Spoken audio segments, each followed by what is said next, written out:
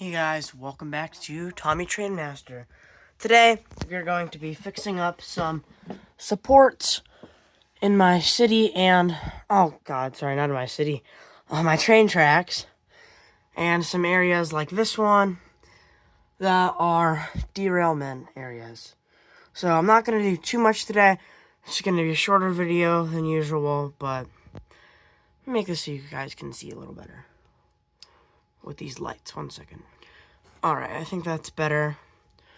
So, first we're going to do is, we're just going to get this section out of here.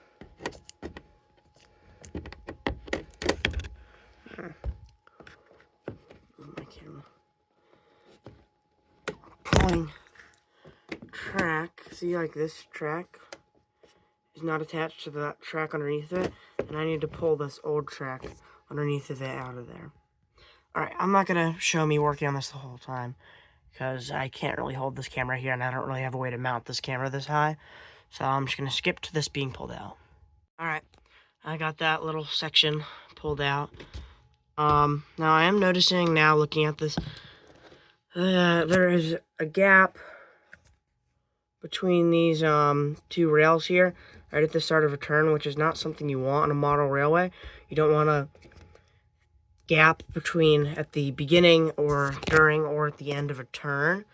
Now, little gaps like that are okay on straight sections because they're actually helpful, because in the summer, when the track gets hot, the track expands, so it needs to move a little bit and it fills that gap.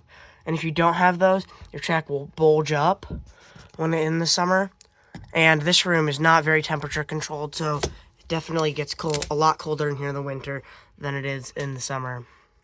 So those are fine, but not on turns, and this is the beginning of this turn right here, so that is something that I need to work on. But I think just to keep this track a little better, I have this flat piece of wood. I'm gonna put this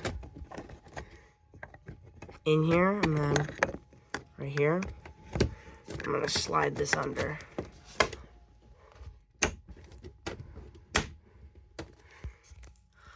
Like that. Alright. Now the track is a little bit raised here now, next compared to the train station, but I think it's the best I can do to help this track actually run. And it did kind of help with that little gap that I had there. I mean, you can see it's still there, but it's not, the tracks line up more now, so it'll stop or help keep the trains from derailing around this turn. I might work on this, maybe not.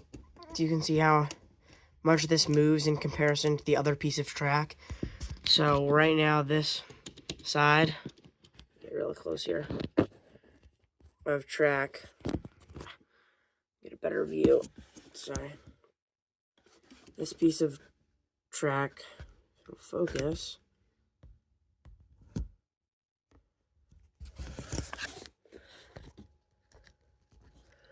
Alright, looks like my camera is not willing to focus on this. Right here, how loose this is right here. This part is higher than this part, so when the wheels go over this little bump right here, and how loose this is, the wheels go off right here. I'm still not sure why my camera won't focus on this. There we go.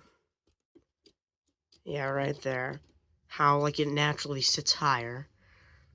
So, I will fix that in a later video. Not right now. But I do have one more thing I want to show you guys.